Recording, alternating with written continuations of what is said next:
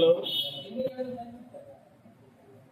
భగవంతుని సన్నిధిలో ఈ సాయంకాల వేళ మన మిత్రుడు బెజగం రవికుమార్ గారికి అభినందనలు తెలియజేయడానికి వచ్చినటువంటి ఈ సమావేశానికి స్వాగతం, సుస్వాగతం.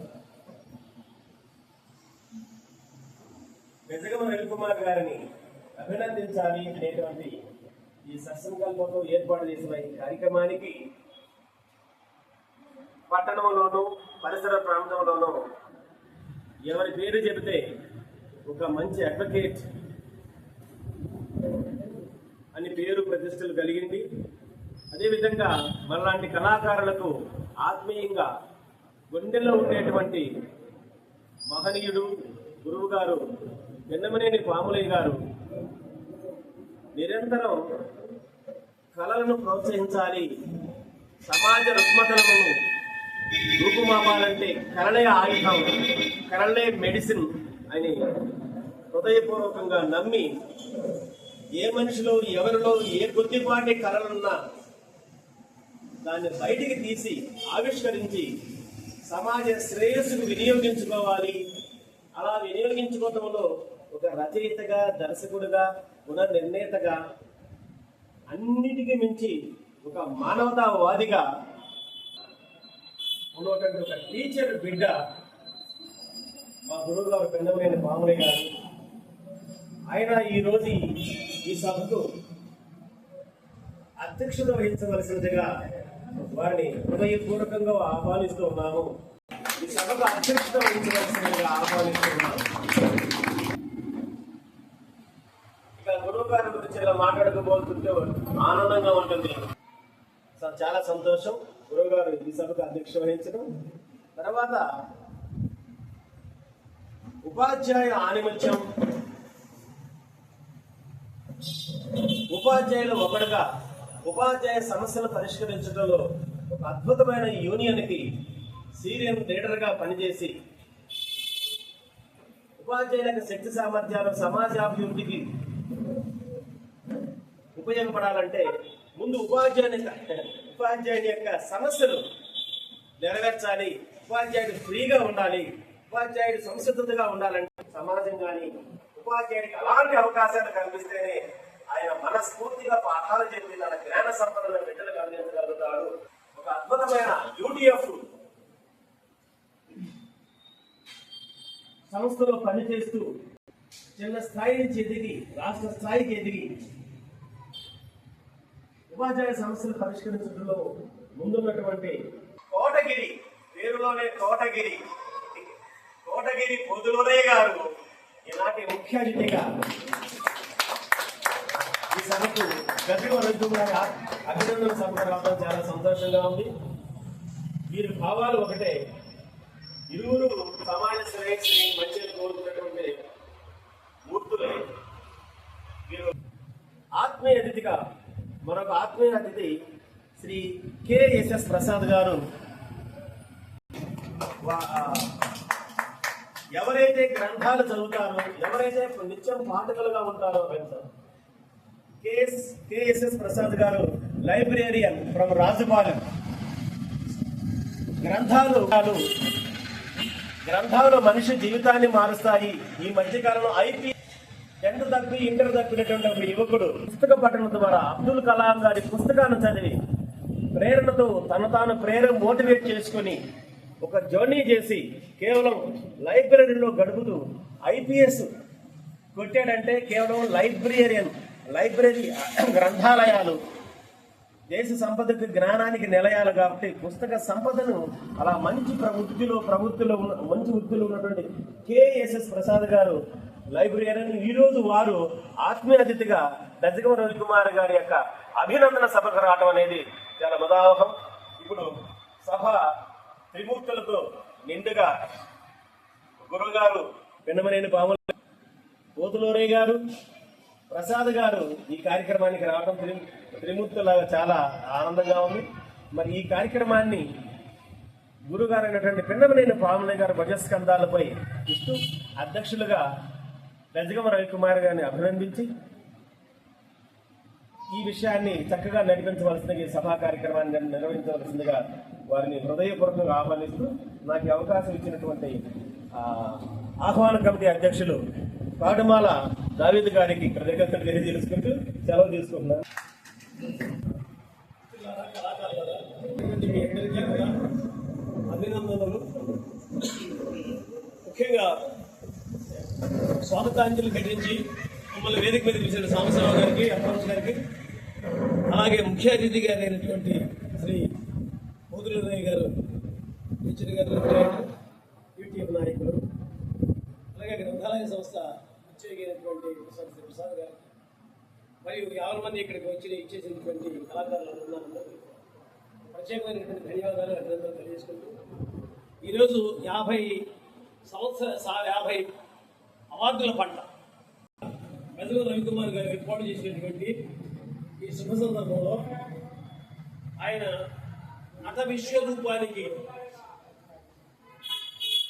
దానికి తార్కాణంగా అనేక రకమైనటువంటి జాతీయ స్థాయి జాతీయ రత్న అవార్డు కానీ కాకపోతే విశిష్ట సేవా రత్న, కళారత్న, నాటకరత్న, నాయకరత్న అనేక పురస్కారాలు ఉగాది పోయే సందర్భంగాను విడిగాను అనేక సంస్థలు చివరిగా కూడా ఈ ఒంగోలు నుంచి ఒక పూర్ణకుంభ పురస్కారం కూడా వారికి వరించడం జరిగింది. ఇన్ని అవార్డులు పరంపరలో వారు విజేత కావడం కలిగించడానికి ప్రధానమైనటువంటి శ్రీ గజల విజయ్ కుమార్ గారి ఈ సమయంలో ఏం జరిగిందో చూసారా, గంటల మందార మాల ఎరకమాల కూడా రాసి ఉంది.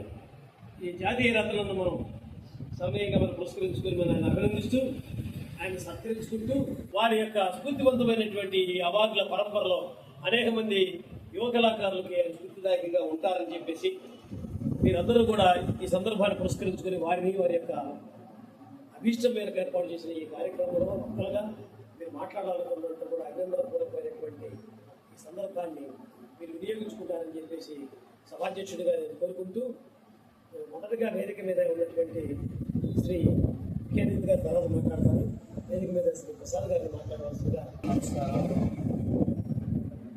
మన మిత్రుడు గజగం రవికుమార్ గారు జాతీయ రత్న పురస్కారాన్ని పొంది ఈ అభినందన సభ ఏర్పాటు చేశారు. ఈ సభకు హాజరు కావటం చాలా సంతోషంగా ఉంది. ఆయన ఈ కళారంగంలో అడుగుపెట్టిన తర్వాత 50 అవార్డులు పొందారు. సభికులని ఏ నాటకం కానీ ఏ కార్యక్రమంలో పాల్గొన్నా సభ్యుల్ని ఆనందపరుస్తారు. వారు భవిష్యత్తులో ఇంకా మంచి పాత్రలు ధరించి ఇంకా ఎక్కువ మందిని అలరింపజేస్తారని కోరుతున్నాను.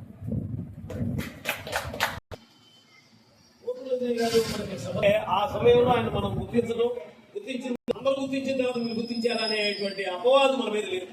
మన స్థానిక కళాకారులకి అపవాదు అసలు చరిత్ర సృష్టించింది మనతో ప్రారంభంగా. అందువల్ల ఎంతకెళ్ళి అందులో అంగీకరిస్తేనేమో చప్పట్లు కొట్టండి, మేము అంగీకరించట్లేదంటే ఇబ్బంది లేదు. సో ఇప్పుడు ప్రసాద్ గారు మొదటిగా ఈ సభను ఉద్దేశించి, తర్వాత భజగల రవికుమార్ యొక్క ఈ మంచి చెడులు, కళాతృష్ణ, నేను కూడా ఆ రోజు గుర్తించిన దాంట్లో కూడా ఒకటే నేను చెప్పాను. ఒకసారి చూడండి, ఆయన దీనిలో ఉన్నది నేను యోచించే మాట్లాడాను. అప్పుడు ఆయనకు ఉన్నటువంటి తృష్ణ, తపన ఎంత ఉందో దాన్ని దృష్టిలో పెట్టుకునే బ్యాలెన్స్ తప్పకుండానే నేను అవార్డు ప్రకటించాను. ఉష్ణోదయ కళా పరిషత్ సత్తెనపల్లి వారు ఆయనకి ఇచ్చినటువంటిది మీరు గమనించారా? మీరు ఎప్పుడైనా చూడండి, నేను ఇచ్చింది కళా తపనోత్తమ. అంటే కళ పట్ల ఆయనకు ఉన్నటువంటి తపనలో కూడా ఉత్తమ శ్రేణికి చెందినటువంటిది అంతటి తపన అని చెప్పేసి గుర్తించి ఇచ్చింది ఉష్ణోదయ కళా పరిషత్. ఆ తొలి అడుగులే ఇప్పుడు 50 అవార్డులకి దారి తీసిందని చెప్పేసి విజయ పతాకని నిలబెట్టిందనడానికి ఎంతో గర్వకారణమైనటువంటి విషయం. ఈ సందర్భాన్ని పురస్కరించుకుని శ్రీ ప్రసాద్, నేను ఆల్రెడీ చెప్పాను, ప్రసాద్ పౌరాణిక నటుడు, అనేక పరిషత్తులో ఉత్తమ నటుడు, మంచి గాయకుడు, మంచి పద్య పఠన గాయకుడు. వారిని వేదిక మీదకి వచ్చి మాట్లాడవలసిందిగా కోరుతున్నాను.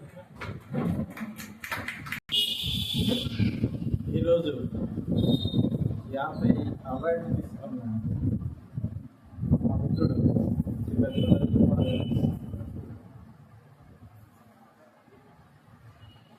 గారు, మా పితృ సమాల గారి సత్తనపల్లి కళా తపస్వి, కళాకారులను ఒకచోట చేర్చగల కెపాసిటీ ఉన్న మహోన్నతమైన వ్యక్తి శ్రీ మామలయ్య గారికి, తర్వాత భాషా పండితులు బోధులరి హై స్కూల్లో వినేవాడిని. నేను ఒకప్పుడు వచ్చిన వినేవాడిని. తెలుగు చెప్తుంది చాలా శ్రావ్యంగా ఉంటుంది. నేను నందిగామ చూసాను నాటకాన్ని. చీఫ్ గెస్ట్కి వచ్చినందుకు వారికి అండ్ లైబ్రేరియన్ ప్రసాదరావు గారికి నా నమస్సులు. అట్లానే మన రవికుమార్ గారిని అభినందించడానికి వచ్చిన మన కళాకారులకి, మిత్రులకి అందరికీ కూడా నా హృదయపూర్వక శుభాకాంక్షలు, శుభాశీస్సులు, అభినందనలు. ఉంటారమ్మా అన్న నిజంగా రవికుమార్ గురించి చెప్పాలంటే మనం చెప్పేది ఏం లేదు. ఎందుకంటే జగవెరిగిన అనబోతే వాళ్ళకి దంజం వెళ్ళాం. బ్రాహ్మణులకి గాయత్రి మంత్రం ఉంటుంది కాబట్టి వాళ్ళకి దంజం ఉంటుంది. ఇట్లా మన గురువు గారికి అవార్డుల పరంపర కొనసాగుతూనే ఉంటుంది, కొనసాగాలనే కోరుకుంటాము. ఎందుకంటే ఇంక చాలా తపన అండి, తపన పట్టుదల ఎక్కువ. ఒక అతను వాళ్ళ గురువు గారే పేరు చెప్పను, నువ్వేం సాధిస్తావని అన్నాడు. 10 మందిలో అక్కడ శభాష ప్రతిజ్ఞ చేశాడు, నేను నువ్వు ఆడిన నాటకాలకి, నువ్వు వేసిన పాత్రలకి 2 అంతలు ఎక్కువ చేస్తాను అని ప్రతిజ్ఞ చేశాడు ఆ రోజే రవికుమార్ గారు. అదే ఛాలెంజ్ తీసుకొని, అదే స్ఫూర్తి తీసుకొని, వారు ఎందుకన్నారో తెలియదు కానీ అది తీసుకొని ఆయన ఇవాళ ఈ సత్తనపల్లిలో మొగటామాయంగా ఎదురడానికి కారణమైంది. దానికి ఆయన నిత్య కృషి కూడా అంటానికి కూడా అది ఒక తార్కాణం. పౌరాణిక నాటకాలు కానీ మంచి సింగర్, ఆయన పాటలు పాడతాడు, వెరసి ఉపాధ్యాయుడు, ప్రైవేట్ స్కూల్ నడిపారు. ఎంతమంది విద్యార్థులకి ఈరోజు మనం అభినందన తెలియజేయడం అనేది తక్కువే అనిపిస్తుంది. కాకపోతే మనందరం వచ్చి ఆయన అభినందించడం వల్ల ఇంకా ముందుకు కొనసాగాలి, ఇంకా అవార్డులు కొనసాగించాలని, ఇంకా విభిన్న పాత్రలు వేయాలని, మనందరి మధ్యలో మన వాటి ఇంకా ఎదుగుతుంటే మనం కూడా మనం ఉన్నత శిఖరాలు ఎదుగుతుంటే మనం కూడా పేరు చూడాలని ఆ భగవంతుని కోరుకుంటూ నాకు ఈ అవకాశం ఇచ్చిన మీకు అందరికీ ఒకసారి నమస్కారం తెలియజేస్తున్నాను. ఇప్పుడు ఒక మంచి లాయరు అంటే ఒక మంచి డాక్టరు, ఒక మంచి వృత్తి నైపుణ్యుడు అనేది ఎప్పుడు అనిపించుకున్నారు. ఆయన ఎక్కువ కేసులు విజయవంతంగా గెలవడం, లిటిగేట్ పబ్లిక్ లిటిగేట్కి న్యాయం జరిగింది అనేటువంటి పబ్లిక్లో నుంచి రావడం, ఆ తర్వాత ఇతరులు కూడా సంతృప్తి, నేను కొన్ని కేసులు కష్టపడి చేసి ఫీజుతో నిమిత్తం లేకుండా కేసుని గెలిపించగలిగాను, వాళ్ళని ఆనందపరచగలిగాను, వాళ్ళని లాభ పెట్టగలిగాను అనేటువంటి వృత్తి ధర్మాన్ని నేను చక్కగా పాటించాను అనుకున్నప్పుడు నాకు సంతృప్తి. విజయం సాధించినందుకు కేసు గెలిపించారని చెప్పేసి అందువల్ల మనకు ఒక స్థానం ఏర్పడుతుంది ప్రజల హృదయం. అలాగే ఒక వ్యక్తి విజేతయ్యాడు అంటే ఏ రంగంలోనైనా ఆయన ప్రజల నుంచి పొందేటువంటి యొక్క చప్పట్లతో పాటు ఆయన పారితోషికాలతో పాటు ఆయనకి ఒక స్థానాన్ని ఏర్పాటు చేసేటువంటి చరిత్ర ఉంటుంది. నేనైతే అదృష్టాన్ని ఎందుకు అనేకమైనటువంటి ఆయన పాత్రల ద్వారా రంజింపజేసేటువంటి చూసే అవకాశం చూడటం అనేటువంటిది నేను చాలా తక్కువగా జరిగింది. 1-2 సందర్భాలలో అందుకే పాత్ర వేసినప్పుడు, మిగతా సందర్భాలలో అయితే నేనైతే పాత్ర కాలేకపోయాను. కాబట్టి సంస్థలు అవార్డు ఇవ్వగలిగింది వారి వేదిక మీద కానీ, లేకపోతే పబ్లిక్ లో కానీ, లేదా అనేకమైనటువంటి విషయాల సేకరణలో కానీ ఉంది. విభిన్నమైనటువంటి పాత్రలని సజావుగా పోషించి, రసరమ్యంగా పోషించి, నేను ఆ పాత్ర అదే చూసాను, రసరమ్యంగా పోషించి వార్తలు కూడా.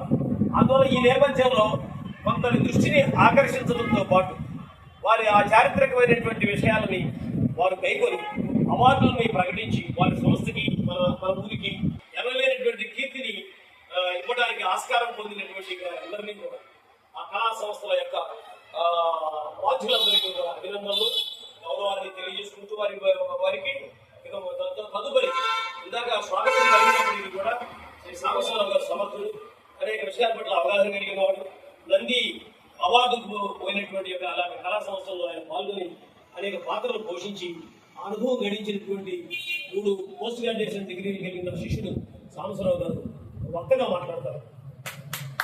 మనసులో అనుకుంటున్నా మాట చెప్పాలని, మరి గురువు గారికి వెంటనే ఏదో అనిపించింది, నాకు అవకాశం ఇవ్వటం సంతోషం. అది ఏమిటంటే,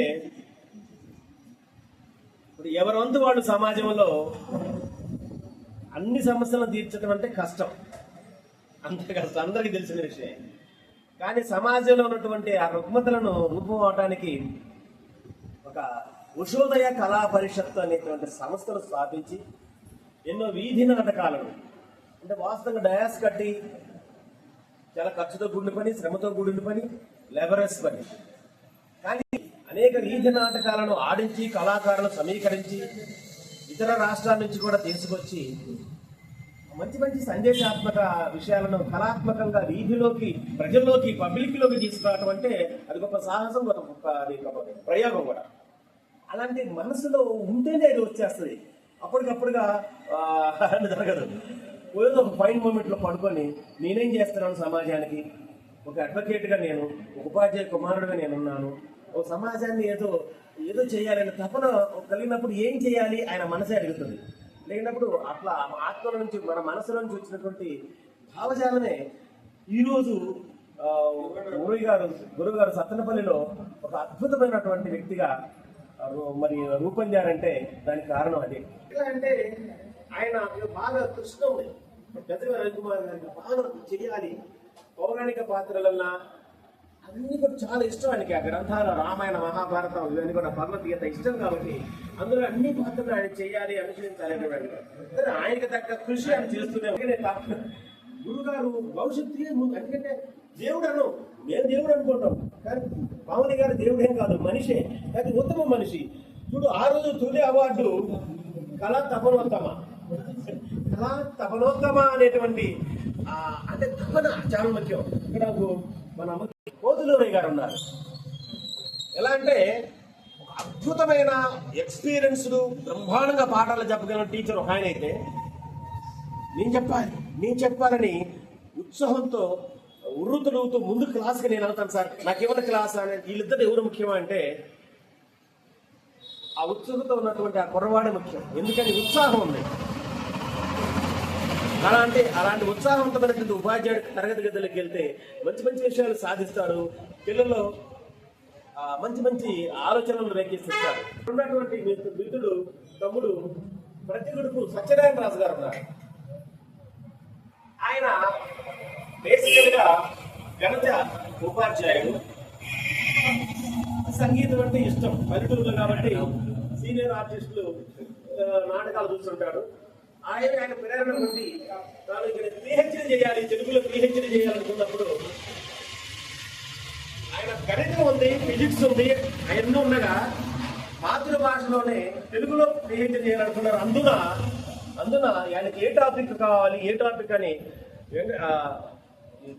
ద్రవిడ యూనివర్సిటీలోని ప్రొఫెసర్స్ అడుగుతున్నప్పుడు నీ యొక్క అభిరుచి ఏంది, నీ యొక్క అభిరుచిని తీస్తే అందులో నుంచి నువ్వు పిహెచ్డీ చేయాలి, నీ అభిరుచి మీద చేస్తే సక్సెస్ అవుతుంది అన్నప్పుడు ఆయన అనుకోకుండా ఆ ప్రొఫెసర్స్ ఆయనలో అభిరుచి ఏంటంటే నాటక రంగం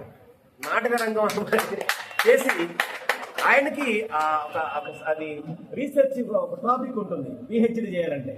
ఆ రీసెర్చ్ టాపిక్ నాటక రంగం స్థానిక రచయితలను తీసుకొని ఈ మధ్యకాలంలో ఆయన ఎక్కడ పుస్తకాలు దొరుకుతున్నా ఆ నాటకం గమనించి వాటిని చదివి అధ్యయనం చేస్తున్న అవకాశం నాకు వచ్చింది. ఇదేంటి కేవలం ఇష్టమే. అలాగనే గజగా రవికుమార్ గారు కూడా తపన మంచి మంచి వేషాలు చేయాలని. ఒకసారి ఛాన్స్ ఎలా వస్తుంటే, మరి నేను కూడా వెంకటేశ్వర యూనివర్సిటీలో ఎంఫిల్ చేస్తున్నాను ఇంగ్లీష్ లిటరేచర్లో. ఎంఫిల్ చేస్తే టాపిక్ సెలెక్ట్ చేసుకోవాలి. ఏమయ్యా, topic should be as according to your interest. నీ ఇంట్రెస్ట్ ఎందులో ఉన్నాయి, నీ యాటిట్యూడ్స్ నీ ఎట్లా ఉంటే అందులోనే తీసుకోవాలి అన్నప్పుడు ప్రొఫెసర్ గారు చెప్తున్నప్పుడు నేను ఏం చెప్పాలో అర్థం కానప్పుడు ఆ నాటకాలు రాయండి అంటే అన్నాడు.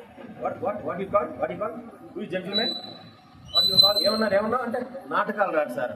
నాటకాలు dramas, which dramas, what about you, what is your contribution in drama అన్నప్పుడు, sir, myself is an actor, sir. Now and then I used to write some playlets, sir. Because I'm a teacher, according to the school situation, I write some playwrights, sir. And I know, okay, మీకు అదే అని ఒక topic ఎంచుకోమన్నప్పుడు, నీకు సినిమాలు చూస్తావా, నాటకాలు చూస్తావా, అందులో ఏంటి నీకు ఇష్టం అంటే, నాకు సింబాలిజం అంటే ఇష్టం. గురుగారు, సింబాలిజం. సపోజ్ మనం ఒక్కొక్క మాట అర్థమంటే ఒక సినిమాలో ఒకడు జైలు వేస్తాడు. జైలు వేసినప్పుడు పోలీసులు వెళ్తారు లాఠీ తీసుకొని, ఏరా నువ్వు అమ్మాయిని అంటావా అని. అయ్యే అంతవరకు పట్టం చూపిస్తారు. అప్పుడు ఏం చేస్తారు, చికెన్ ముక్కలు పడుతున్నట్టుగా చూపిస్తుంటారా, అయ్యో అమ్మో అంటున్నారు. అయిపోయిన తర్వాత గొడ్డలి పట్టణాన్ని చిన్న అంటే అలా చికెన్ కొట్టినట్టు కొట్టాడు అని సింబాలిజం. అట్లాగా ఉదాహరణకి అలాంటి చాలా చాలా మంచి అద్భుతమైన సింబాలిజం. అప్పుడు the significance of children drama అనే దాని మీద నాకు వెంకటేశ్వర యూనివర్సిటీలో ఎంఫీ చేసి ఇవన్నీ ఎప్పుడు అవకాశం ఉంటాయి నువ్వు అనుకున్నావా? కేవలం డ్రామాలంటే ఇష్టం. ఎలా అంటే ఇష్టం అంటే ఇగో చదువుకున్నప్పుడు వీధి నాటకాలు సత్తనపల్లి మాది తొండపల్లి, నేను నర్సరాపేట నుంచి సత్తనపల్లి వెళ్ళినప్పుడు బస్సులు ఉండవు, ఎప్పుడో బస్సు. ఆ టైంలో అక్కడేదో జనం నాటకం కూర్చుంటే వీధి నాటకాలు విడమలైన పావని గారు ఆధ్వర్యంలో ఉషోదయ కళా పరిషత్ వీధి నాటకం ఏంటంటే ఒకటి నేను చూసింది కలహాల కాపురం. కలహాల కాపురం అనే వీధి నాటకం ఇది భలే ఉంది, గుండ్రంగా ఉన్నారు ఆర్టిస్ట్ ఎటైనా వెళ్ళొచ్చు. అక్కడక్కడ బైకులు బొంగు కట్టి బైకులు ఉంటాయి. ఇదేంది బాగుంది అని వీధి నాటక ప్రక్రియ ఇట్లా ఉంటుందా అనేది మనం తొలిసారిగా చూసాం. నాటకాన్ని అట్రాక్ట్ అయ్యాం. ఓహో మనం కూడా ఏదైనా పేపర్లో వచ్చినప్పుడు ఆ పేపర్ చూస్తున్నప్పుడు నాటకం ఉంటే మెసేజ్ భలే ఉంది అనుకుంటాం. కానీ మన నాటక రంగంలో ఉంటామని నాకు తెలియదు సార్. ఈ నాటక రంగంలోకి వస్తామని అసలు తెలియదు. ఎవరు నాటకం ఆడితే ఆ పేపర్లో వేసినప్పుడు చూసి మురిసిపోతాం భలే బాగుంది అని. ఆ టైంలోనే ఇట్లాగా పడినటువంటి బీజానే ఎక్కడో ఉంటుంది. ఎన్నికలకు కానీ సమాజ ప్రేరణ కానీ పరిసరాల ప్రభావం కానీ ఒకరిని చూసి ఒకరిను నేను అలా చేయాలి నేను కూడా అలా నటించాలి అనుకోవడం కానీ ఆ డ్రామా డిసిప్లిన్ కానీ అలాంటిది మన మనసులో పడుతుంది. అలాగనే వెంకటేశ్వర రవికుమార్ గారు మరి ఆయనకి ఎలా పడిందో కానీ ఆయన చాలా వృత్తులు ఉన్నాయి ఈ ప్రపంచంలో బ్రతకడానికి, అభివృద్ధి చెందడానికి చాలా వృత్తులు ఉన్నాయి, చాలా ప్రవృత్తులు ఉన్నాయి. కానీ ఈ నాటక రంగాన్ని ఎన్నుకోవడం అంటే అదొక గొప్ప విషయం. అందుకని ఇక్కడ 10 మంది కళాకారులు కీర్తించడానికి అందరూ తెలిసిందే. నిరంతరం కళాకారులు కృషి చేస్తూ సమాజాన్ని జాగృతి చేయడం కోసం తన వంతుగా కీలక భూమికను పాటించేటువంటి విధానాన్ని ఇక్కడ అది అవసరం అనేది. అంటే కళాకారుడు ఒక దివిటి లాంటి వాడు. కొవ్వొత్తి కావచ్చు, పెద్ద దాన్ని ఏమంటారు దివిటి కావచ్చు, పెద్ద కాగడ కావచ్చు. ఏదైనా సమాజాన్ని సురక్షితంగా సంక్షేమంగా బ్యాలెన్స్గా ఉంచేదానికి కళాకారుల యొక్క అంతిమ ఉద్దేశం. ఈ కార్యక్రమంలో మరి నేనే ఎక్కువసేపు మాట్లాడాలనుకుంటున్నాను. నాకు ఇక అవకాశం ఇచ్చినటువంటి సభాధ్యక్షులు వారికి మరోసారి గురువు గారికి నమస్కారం తెలియజేసుకుంటూ ఇలాంటి ఎన్నో పాత్రలు చేసి ఇంకా మీరు కళాకారులుగా ఎదిగి ఇంకా మంచి మంచి అవార్డులతో ఇలాంటి మంచి మంచి కార్యక్రమాలు చేసుకుంటాం. ఇక్కడ ఉన్నది 25-30 మంది అయినా ఎందుకంటే కళను కావాలంటే గౌరవం అభిమానం పట్ల ఇక్కడ రావడం జరిగింది. క్వాలిటీ ఉన్న పీపుల్ ఇక్కడ రావడం జరిగింది. మనందరికీ మరొకసారి పేరు పేరున కృతజ్ఞతలు తెలియజేసుకుంటూ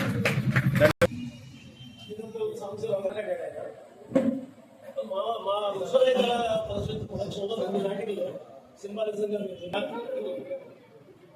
అడుగు తినేవాడు కూడా ఆడవారిని చూడంగానే చొల్లుగాల్చుకుంటూ ఉండి ఆరాటపడేటువంటి ఆరాటాన్ని, విద్యార్థులైనటువంటి వారు కూడా ఆయా పాత్రలో యమన చాపల్యంతో స్త్రీ వెంటబడేటువంటి అంధకారంతో పరిణామాలు ఎలా ఉంటాయో తెలియకుండా అరువులు దాచడం అనేటువంటిది.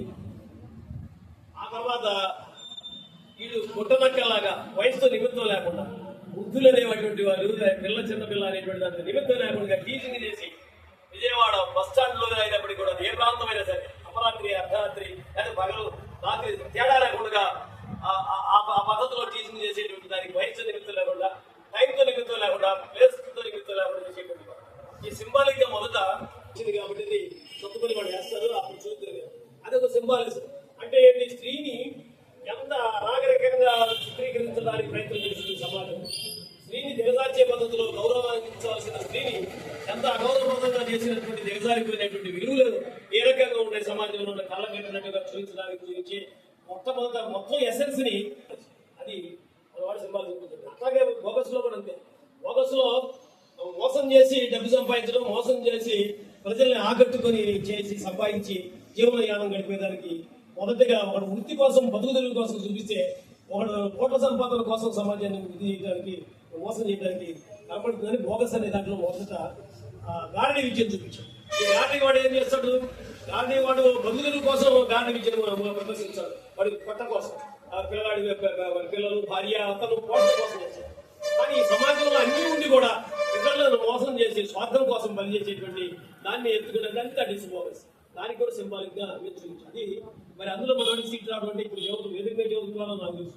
మనం అప్రిషియేట్ చేయాల్సిన విభాగాలు, అనేక విభాగాలు, నాటక కళ మీద, పౌరాణిక కళ మీద, సింబాలిజం, అందులో కూడా మళ్ళీ సింబాలిజం మీద ప్రధానంగా వాటి మీద పరిశోధన చేయడం అనేటువంటి పార్టీలో నాణ్యతని పరిస్థితులను ఎస్టాబ్లిష్ చేసి నాటక రంగ చరిత్రను తీసుకొని ఎప్పుడు అది వైభవవంతంగా జరిగింది, ఎప్పుడు దానికి కొంచెం ఆదరణ తగ్గింది, ఎప్పుడు ఇంగ్లీష్ వారిని ప్రభావం పడింది, ఎప్పుడు బెంగాలీ రచయితల ప్రభావం పడింది దేశం మీద.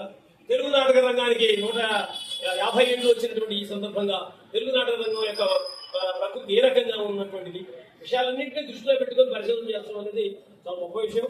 నాటకాల మీద ఆ రకమైన పరిశోధనలు జరిపించడం, ఆ రకంగా అవార్డులు లేకపోతే ప్రొఫెసర్లు కావడం, లేకపోతే డాక్టరేట్లు పొందుకునేటువంటిది ఆ రంగంలోకి మన సత్యనారాయణ గారు కానీ సంవత్సరాలు గారు కానీ ప్రయత్నించడం మన ఊరి వాళ్ళగా మనం గమనించాల్సిన విషయం నేను చెప్పడం తప్పట్లేదు.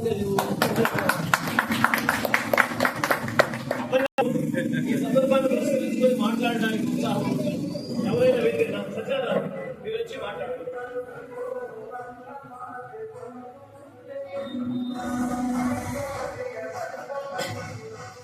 ఈనాటి మన ప్రేమికులు మరి జాతీయ పౌరాణిక నట చక్రవర్తి అయినటువంటి గజగ రవికుమార్ గారి అభినందన సభకి వచ్చి అధ్యక్షత వహించినటువంటి గౌరవనీయులు పెద్దలు, న్యాయ కోవిదులు, మీదు మిక్కిలి కళల పట్ల చాలా మక్కువ కలిగిన వ్యక్తి. ఇంకొక విషయం ఏంటంటే, ఈ మధ్య నేను విజయవాడలో ఒక సెమినార్లో మాట్లాడుతూ ఉండగానే మాట దిగిన తర్వాత 4-5 ప్రజాశక్తి దివికుమార్ గారు వీళ్ళు వెంటనే వచ్చి ఏ ఊరు బాబు అంటే సత్యనపల్లి అనగానే వెంటనే పిన్నమనేని పవనయ్య గారిని అడగడం నాకు సంతోషం అనిపించింది. అంటే ఎక్కడ విజయవాడ, ఎప్పటి నుంచో బహుశా వీళ్ళిద్దరి మధ్య గ్యాప్ ఉండొచ్చుమో, కానీ వాళ్ళు వెంటనే సత్యనపల్లి అనగానే మొట్టమొదటి అడిగిన ప్రశ్న ఏంటంటే పిన్నమనేని పవనయ్య గారు బాగున్నారా చెప్పగానే ప్రతి వారు మంచి కళాకారులండి, కళలకు ఆదరిస్తారని చెప్పగానే వాళ్ళు కూడా చాలా సంతోషపడ్డారు. ఉషోదయ కళా పరిషత్ గురించి వాళ్ళు వివరించారు నాకు. వీధి నాటకాల ద్వారా అప్పట్లోనే సమాజానికి మంచి విలువలు నేర్పినటువంటి వ్యక్తి అండి పవనయ్య గారిని. చాలా సంతోషం. ఆ వీధి నాటకాలు నేను చూడలేదు, కానీ వీరి ప్రసంగం వచ్చిన ఏ సభలోనైనా సరే ఒక్క సెకను తల తిప్పినా మనం చాలా నాటి కోల్పోయిన భావన మాత్రం నాకు చాలా ఉంది సార్. వారు మాట్లాడిన ప్రతి మాట ఖచ్చితంగా మనకి విజ్ఞానాన్ని ఇచ్చే తప్ప అందులో ఒక్క అక్షరం కూడా పక్కకెళ్ళి మాట్లాడడం.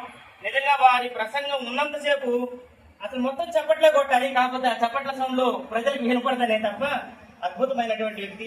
వారి అధ్యక్షతలో అట్లానే ఈ సభకు ఇచ్చేసి కూర్చున్నటువంటి మొదటి కుర్చీ నుండి చివరి కుర్చీలో కూర్చున్న అందరికీ కూడా హృదయపూర్వక నమస్కారాలు తెలియజేసుకుంటూ, మరి ఈరోజు గజగ రవికుమార్ గారి అభినందన సభ అంటే మామూలు విషయం కాదు. 1/2 శతకం పూర్తి చేయడం అంటే, ఎందుకంటే 1000 అడుగుల ప్రయాణం అయినా సరే ఒక్క అడుగుతోనే ప్రారంభం అవుతుంది అన్నట్లు వారిలో ఉన్నటువంటి ఆ తపన నిజంగా అది ముందే గమనించి గురువు గారు మరి తపనోత్తమ అనేటువంటి అవార్డు ఇచ్చారంటే వారు భవిష్యత్తుని కాంక్షించారు. ఇంత తపన నేను ఏదైనా సాధిస్తాడు అని. అట్లా ఆయన అడుగేసినటువంటి ప్రయాణం ఈ రోజు 1/2 శతకం దాటింది. అయితే మనం కూడా క్రికెట్ మ్యాచ్ లో చూస్తాం, అంతా కష్టం. ఇక హాఫ్ సెంచరీ కొట్టాడా సెంచరీ ఇది పెద్ద కష్టం కాదు. కాబట్టి త్వరలోనే వారు మరి శతకం అవార్డు ఫంక్షన్ ఇట్లా కాదు, ఒక పెద్ద ఫంక్షన్ హాల్ తీసుకొని భోజనాలతో పెట్టాలని మనస్ఫూర్తిగా కోరుకుంటూ, ఇంకా రవికుమార్ గారితో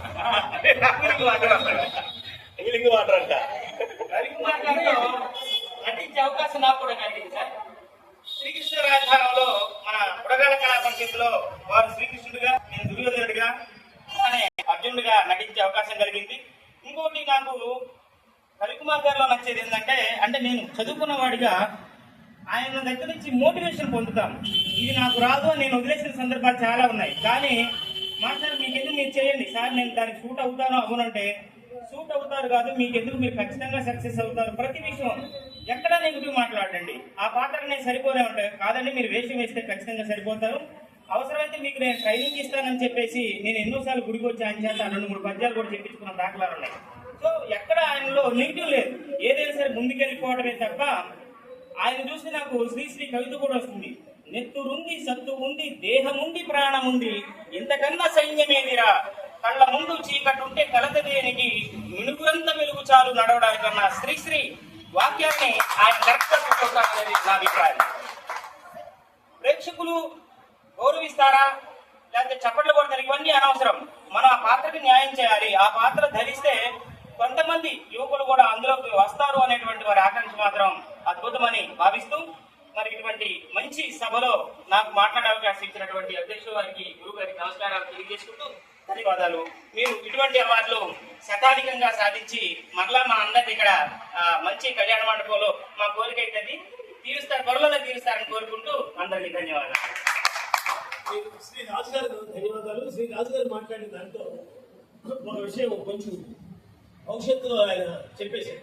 ఏంటంటే 100 రావడం ఖాయం, సభ పెద్ద ఎత్తున జరపవలసిన అవసరం మనకున్నది అని గుర్తు చేశారు. అంటే శతవాకులకి చేరడం అనేది ఖాయం అనేటువంటి దాన్ని ఇప్పుడు ఖాయపరిచారు ఈ మీదికి. ఎందుకంటే ఒక క్రికెట్ ఉపమానం కూడా ఇచ్చారు. ఒక క్రికెట్ కనుక 50 దాకా సక్సెస్ అయితే 50 నుంచి 100 సునాయాసం ఉంటుంది. 99 కాడ వచ్చేటప్పుడు బాధపడతాం. ఎందుకంటే 100 పట్టగలిగిన సత్తా ఉండు. 90 దాకా 9 దాకా వచ్చినప్పుడు అక్కడ అనేక టెన్షన్స్ రావచ్చు, అనేక విషయాలు రావచ్చు, లేకపోతే మనం ఊహించిన బాల్ రావచ్చు. కానీ 100 వచ్చిన చాలా మంది ఉన్నారు కదా 99 దాకా వచ్చి. కాబట్టి ఏంటంటే అక్కడ ఆశించడం తప్పు కాదు, ఆశీర్వదించడం ఇంకా గ్రేట్. తర్వాత 50 దాకా రాగలిగినటువంటి వ్యక్తి 100 కావాలనే వాంఛనీయం ఆయన్ని సపోర్ట్ చేస్తూ ఉత్తేజపరిచేటువంటి ప్రసంగం చాలా గొప్పగా సాగింది. తప్పనిసరిగా ఆయనకి 100 అవార్డులు వస్తాయి. 100 అవార్డులు వచ్చినప్పుడు మనం ఒక పెద్ద మహాసభని ఖచ్చితంగా జరుపుకుందాము, కళాకారులుగా గర్విద్దాం, వారిని అభినందిస్తూ ఇప్పుడు ఆయన గారితో నాకు పోటీ పడుతుంది. దాదాపు 50 దాకా 50 దగ్గరలో ఉన్న డాక్టర్ రమాదేవి గారు, వారు సాహితీ సేవలో నాకు సంఖ్య తెలియదు ఒక ఆవిడ కూడా దాటారు కూడా. మరి ఆ దాటిన విషయం నిజంగా నాకు తెలిసి ఉంటే 100 అవార్డు వచ్చినప్పుడు నాకు ఎందుకు చెప్పకుండా మరి ఆమె సిగ్గుపడిందా, లేకపోతే ఆమె దాచుకుందా, లేకపోతే ఏం జరిగిందో నాకు తెలియదుగా నా దృష్టి తీసుకొస్తే ఆమె 100 అవార్డుల పరంపర వచ్చినప్పుడు ఖచ్చితంగా నేను ఒక గొప్ప కార్యక్రమాన్ని జరుపుకున్నాను. మరి ఈ రోజు వరకు నాకు చెప్పకుండా ఎందుకు దాచుకుందో మరి అవార్డులు నాకు అయితే తెలియదు చెప్పాలా. మరి 146 అంటే దాదాపు 150కి రీచ్ చెప్తున్నారు. కానీ కూడా 150కి రీచ్ అయ్యే 200 కాదా తీసేద్దాం. అప్పుడు ఈయనకు 100 వస్తాయి, నాకు 200 అవుతాయి. ఇద్దరికి కలిపి చక్కని ప్రమాణమైన చేద్దాం. మీకు ఇష్టమేనా? అందువల్ల ఆ కార్యక్రమాలు జరుపుతాం. కనుక ఆమెని ఒక టీచర్గా ఉత్తమ ప్రామాణికాలను నిలబెట్టి ఆ టీచర్ గానే రిటైర్మెంట్ అయిన తర్వాత ఆమె సాహితీ రంగంలో సేవలు తీసుకుంటూ ఆమె అనేక సంస్థల నుంచి అప్రెంటిస్ పొంది అనేక వేదికల మీద అనేక సత్కారాలు పొంది అవార్డులు పొంది నిత్యం మనం ఆ అవార్డుల లెక్కల్లో మనం తీసులో ఆమె యొక్క ఆ స్థానాన్ని నిలబెట్టుకుంటూ కంటిన్యూగా చేస్తూ ఉన్నటువంటి ఆమె ఈ రోజున మీరు ఇంటి ఆశ్చర్యపోతున్నారు. 146 అవార్డులు ఆమెను వరించాయంటే చాలా గర్వకారణమైనటువంటి విషయం. ఆమె ఇప్పుడు ఈ వేదికకి వచ్చి 50 అవార్డుల విజేత అయినటువంటి గజగ రవికుమార్ గారిని అభినందిస్తూ ప్రసంగించవలసిందిగా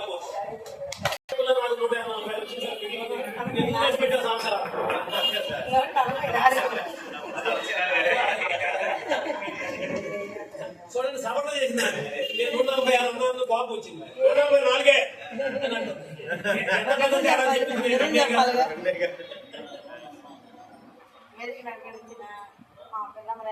మా పిల్లమనేనే అన్న. ఎందుకంటే మాకు ఆయన అభిమానులు, పైగా కూడా ఆయన అంటే కూడా మా గౌరవం అంతా అలా ఉంది. పాములయ్య గారికి, మా మాస్టర్ అయిన పొట్టుపల్లయ్య గారికి, ప్రసాద్ గారికి, వచ్చిన అందరికీ కూడా నా నమస్కారాలు తెలియజేస్తున్నానండి. మరి గజగ రవికుమార్ గారికి 50 అవార్డులు వచ్చిన సందర్భంగా ముందుగా అభినందనలు తెలియజేస్తున్నాను. ఆయన తప్పన ఆయన ఆరాటం ఎట్లా ఉంటుందంటే ఈ బ్యానర్స్లోనే అర్థమవుతుంది. అవి ఎంత ఇంట్రెస్ట్ తయారు చేసుకుని చక్కగా కట్టి అందరినీ పిలిచి చెయ్యాలి అనే ఒక తపన రవికుమార్ గారిలో ఉన్నది. అలాగనే 50 అవార్డులు వచ్చినట్టు మన మాస్టర్ అన్నట్టు 100 అవార్డులు చేరుకోవాలని మా సత్యనారాయణ, మా సత్యం మాస్టర్ అంటే మా అక్కయ్య కొడుకు, మా వాడు అన్నట్టుగా 100 అవార్డులు తీసుకోవాలని నేను కోరుకుంటున్నాను. నాకు కూడా 144 అవార్డులు వచ్చినాయి. ఇంకా 6 అవార్డుల్లో ఉన్నాను. ఈ నెలలో 3 అవార్డులు ఉన్నాయి. ఆ 3 అయితే 150 పూర్తి అయిపోతాయి. కాశీ కళ్యాణ మండపం తీసుకోవాలి. అది కూడా పాములయ్య గారి చేతుల మీదుగానే, మా చేతుల మీద, వారి అమూల్యమైన హస్తాల చేతుల మీదుగానే ఆ కార్యక్రమం జరపాలని కోరుకుంది. త్వరలోనే అది చేద్దామని అనుకుంటున్నాను సార్ నేను. కానీ అవార్డు తీసుకునే ముందు ఎంత కష్టపడతాము, అబ్బా ఎందుకు అవార్డులు, ఎందుకు ఇలా తీసుకోవాలి అని అనుకుంటాం. కానీ తీరా అవార్డు తీసుకున్న తర్వాత ఆ అనుభూతి వేరుగా ఉండదు. ఇక అసలు ఈ పడ్డ కష్టం అంతా మర్చిపోయి అబ్బా నాకు అవార్డు వచ్చిందని ఆనందంలో మునిగిపోతారు ఎవరైనా సరే. నేను కాదు, రవికుమార్ గారు ఎవరైనా సరే ఆనందంలో వాళ్ళు మునిగిపోతారు అనమాట. అందుకని అవార్డులో ఉన్న ప్రేమ అలాంటిది. తప్పన నాకు కూడా అసలుకి ఒకసారి రాయాలి అని అనిపించినప్పుడు నైట్ అనలేదు, పగలు లేదు, ఏదైనా అర్ధరాత్రి కూడా నాకు అలవాటు ఉంది. పగలు రాయను అసలు, ఏనాడు కూడా పగలు నేను రాయను. నైట్ 12 1 గంటప్పుడే నాకు ఆలోచన వస్తాయి. అలాంటప్పుడు